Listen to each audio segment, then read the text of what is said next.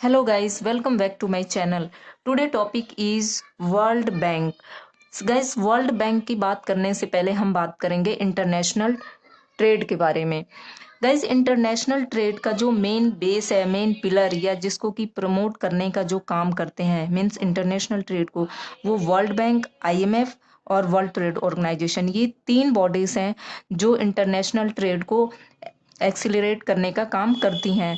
So guys, बात करते हैं वर्ल्ड बैंक की। तो वर्ल्ड बैंक, जिसको कि हम आईबीआरडी बोलते हैं, international bank for reconstruction and development. So guys, world bank की स्थापना क्यों हुई या इसको स्टेब्लिश करने के पीछे क्या मोटो था?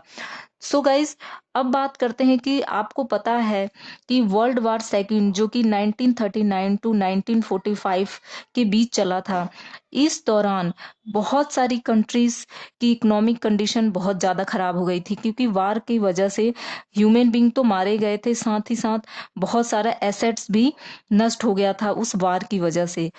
तो गाइज, इकोनॉमिक कंडीशन जो वेल डेवलप्ड कंट्रीज थी उनकी तो डिस्ट्रॉय हुई हुई थी, और साथ में जो जो अंडर डेवलपिंग है उनकी तो आप बात ही छोड़ दो। मीन्स कि अगर उस वेल डेवलप्ड कंट्री अगर किसी भी वजह से उनको नुकसान होता है, तो जो उन पे कहीं ना कहीं डिपेंड है, तो उन कंट्रीज को भी नुकसान तो होगा ही। सो गाइज, इस वजह से मतलब इकोनॉमिक कंडीशन खराब हुई थी, इसकी वजह से बहुत सारी कंट्रीज को बहुत सारे लॉस उठाने पड़े थे, और उसको दोबारा से यानी इकोनॉमिक कंडीशन को दोबारा से रिफॉर्म करने के लिए, यानी दोबारा से उसको शुरू करने के लिए, डेवलप करने के लिए, उस टाइम 44 कंट्रीज ने मिलकर एक मीटिंग किया। और उस मीटिंग में यूएसए का मिस्टर डेक्स्टर वाइट, जो कि बहुत बड़े इकोनॉमिक्स थे, और यूके के जेएम स्कैन्स, ये भी बहुत बड़े इकोनॉमिक्स थे, इन दोनों ने मिलकर एक जॉइंट प्लान बनाया। और वो जॉइंट प्लान करीब ये 20 या 22 दिनों तक चला। और 1994 में, और Bretton Woods, New Hampshire, US, ये मीटिंग जो चली थी या जो जॉइंट प्लान हुआ, वो ब्रिटेन वुड्स, जो जगह का ये नाम है, यहाँ पे हुआ था यूएस में। और इस मीटिंग का जो कंक्लूजन निकला, वो ये निकला कि टू इंटरनेशनल बॉडी सेटअप, यानी कि दो इंटरनेशनल बॉडी सेटअप किया जाएगा। और ये कौन कौन सी थी?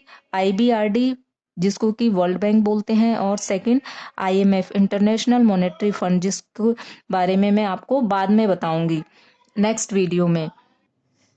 सो गाइस, जो वर्ल्ड बैंक का जो काम था वो ये था, जैसे मैंने आपको ऊपर बताया, कि वर्ल्ड वार सेकंड के कारण मोस्ट ऑफ नेशंस यानी कंट्रीज इकोनॉमी डिस्ट्रॉय हो गई। मतलब वर्ल्ड वार सेकंड के कारण बहुत सारी कंट्रीज की इकोनॉमी डिस्ट्रॉय हो गई। उनको रिवाइव करने के लिए, यानी दोबारा से रिफॉर्म करने के में, एज ए फंड प्रोवाइड करने करके हेल्प करेगा। यानी कि जो वर्ल्ड बैंक है, जो कंट्री की कंडीशन बहुत ज़्यादा खराब हो गई है, उसको एज ए फंड प्रोवाइड करके वो आईबीआर मतलब कि आईबीआरडी हेल्प करेगा। और गाइज, आईबीआरडी एंड आईएमएफ, क्योंकि इन दोनों की जो स्टेब्लिशमेंट है वो एक साथ हुई थी, और इसी वजह से आईबीआरडी एंड आईएमएफ को are known as Bretton Woods twins, और इसी की वजह से इन दोनों को हम एस नाम से बुलाते हैं, ब्रिटेन वुड्स ट्विंस। और गाइज, ये पेपर में आते भी हैं, सो इस बात का ध्यान रखना। और गाइज, मैं एक बात और बताऊं कि आप लोग कंफ्यूज नहीं होना। यहाँ पे बात करते हैं वर्ल्ड बैंक। वर्ल्ड बैंक के अंदर टू बॉडीज काम करती है। एक तो गाइज आईबीआरडी, और सेकंड आईडीए, 1960 में स्टेब्लिश हुआ था। तो आईबीआरडी जो काम करती है वो ये करती है कि जो अंडर डेवलपिंग है उसको हेल्प प्रोवाइड करती है, और जो आईडीए है यानी इंटरनेशनल डेवलपमेंट एसोसिएशन, ये जो पुअरेस्ट कंट्री है यानी कि जिनकी कंडीशन बहुत ज़्यादा खराब है, उसको फंडिंग प्रोवाइड करने का ये काम करती है। सो अब बात करते हैं फंक्शंस की, कि वर्ल्ड बैंक का क्या क्या काम है। सो लेट्स स्टार्ट, कि it help the war devastated countries by granting them loan for reconstruction। तो यहाँ पे जो इसका वर्ल्ड बैंक का जो काम है वो ये है कि जो वार के कारण डिवास्टेड मीन्स बर्बाद हो चुकी कंट्रीज थी उनको ग्रांट करना लोन, क्यों किसके लिए, रिकंस्ट्रक्शन के लिए। Next, it help the under developed countries by granting development loan, means कि जो अंडर डेवलप्ड कंट्रीज हैं उनको डेवलपमेंट के लिए लोन प्रोवाइड करना, इसमें भी हेल्प करने का काम वर्ल्ड बैंक करती है और इसका काम भी है।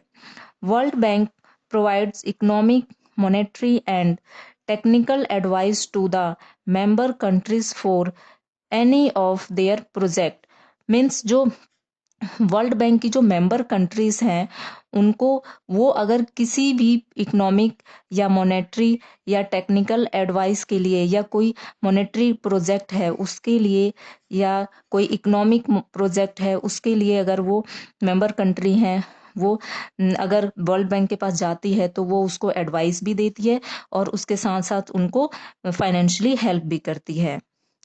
World Bank also provide loans to various government for irrigation, agriculture, water supply, health, education etcetera. Means world bank जो है वो वेरियस गवर्नमेंट यानी अलग अलग कंट्रीज की जो गवर्नमेंट है उनको इरिगेशन या agriculture, water supply, health, economics से रिलेटेड अगर उनको लोन चाहिए तो वो उनको प्रोवाइड करती है।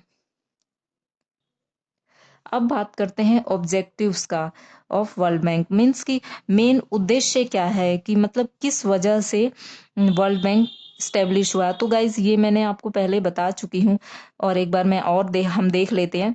World bank main objective of providing long term capital to its member nations for economic development and reconstruction, means world bank का जो मेन उद्देश्य था कि उस टाइम जो वार के कारण जो भी कंट्रीज की इकोनॉमिक कंडीशन खराब हो गई थी उनको लॉन्ग टर्म कैपिटल प्रोवाइड करना, किसके लिए, इकोनॉमिक डेवलपमेंट के लिए और उसको रिकंस्ट्रक्ट करने के लिए, रिकंस्ट्रक्शन के लिए, दोबारा उसको अच्छे से बेहतर बनाने के लिए। और गाइस जो इसका फॉर्मेशन हुआ था वो जुलाई 1945 में हुआ था और वर्ल्ड बैंक का head quarter Washington DC US में है। मेंबर कंट्रीज है 189 आईबीआरडी में और 173 है आईडीए। आई थिंक इन दोनों में आपको बात क्लियर हो गई होगी कि आईबीआरडी जो लोन प्रोवाइड करता है वो करता है डेवलपिंग कंट्री को और आईडीए इंटरनेशनल डेवलपमेंट एसोसिएशन ये प्रोवाइड करता है जो पोरेस्ट कंट्री हैं उनको फंड। आई थिंक आप लोगों को समझ में आया होगा। So thank you.